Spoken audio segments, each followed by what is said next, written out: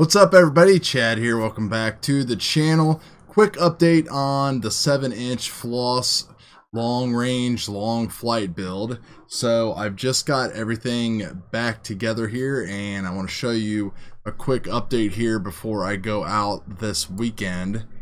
So as you can see, looks a lot different now. I switched out to the Eco motors, the 2306 1700 kVs. We'll still be running this on 6S1250 for now. I went ahead and installed the GPS, the new little TBS GPS, which really isn't different than any other GPS that I've ever used, since it just has a TBS sticker on it, but the wires are correctly color coded, which is pretty nice considering most GPSs just can't seem to do that. I did print out this real nice Hero 7 mount that Kev FPV designed, printed really nice. You can see the quality of that, looks pretty good. And went ahead and installed the Rush Tank VTX there on top of the stack with the RADX.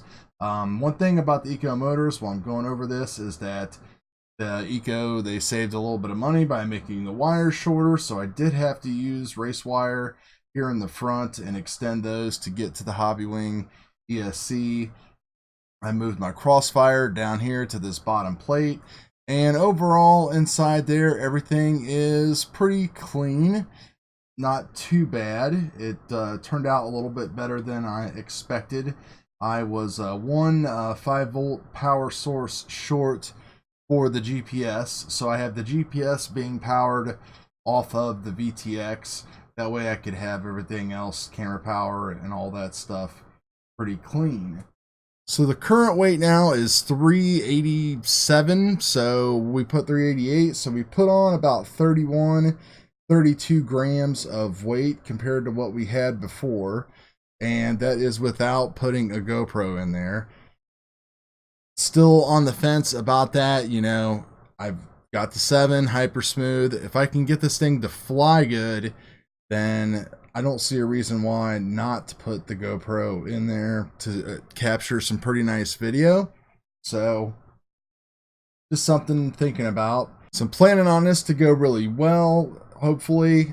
Did change out the props to the 7x4 at HQs. I have one more set of dowel props, and I have the 3.5 HQs as well to try if I so desire. Obviously we'll be switching out the antenna to something longer.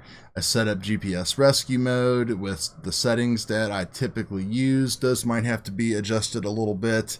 Not sure what my throttle scaling and percentage is, because the one big thing I did do was I rolled the RADX back to Betaflight 3.5.7 just because it's there's a little bit less filter parameters to like choose and turn on and off, and I think that might be a little bit easier to get going and get set up than having to worry about the dynamic gyro notch and the dynamic D notch. It might just be better just to go ahead and set those regularly as low pass filters.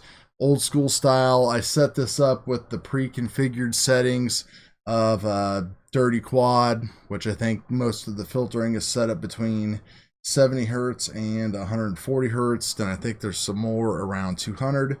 I do have the SD card in there, so we'll be black boxing everything, and we'll take a look at how that stuff looks. So thanks to the people who have shown some interest and commented on this to kind of help out a little bit. I definitely appreciate it, and hopefully after I get some batteries running through this thing this weekend, I'll be able to report back some pretty good news and maybe some flight footage. I'm pretty excited. It's pretty cool when you get all that OSD stuff set up and you flip that switch on, and you know, with the RADX you got your ladders on the side and all that stuff. It's like being in control of a jet fighter, so it's going to be pretty exciting. So anyway, that's going to be it. Probably talk to you guys later on this weekend. See you later.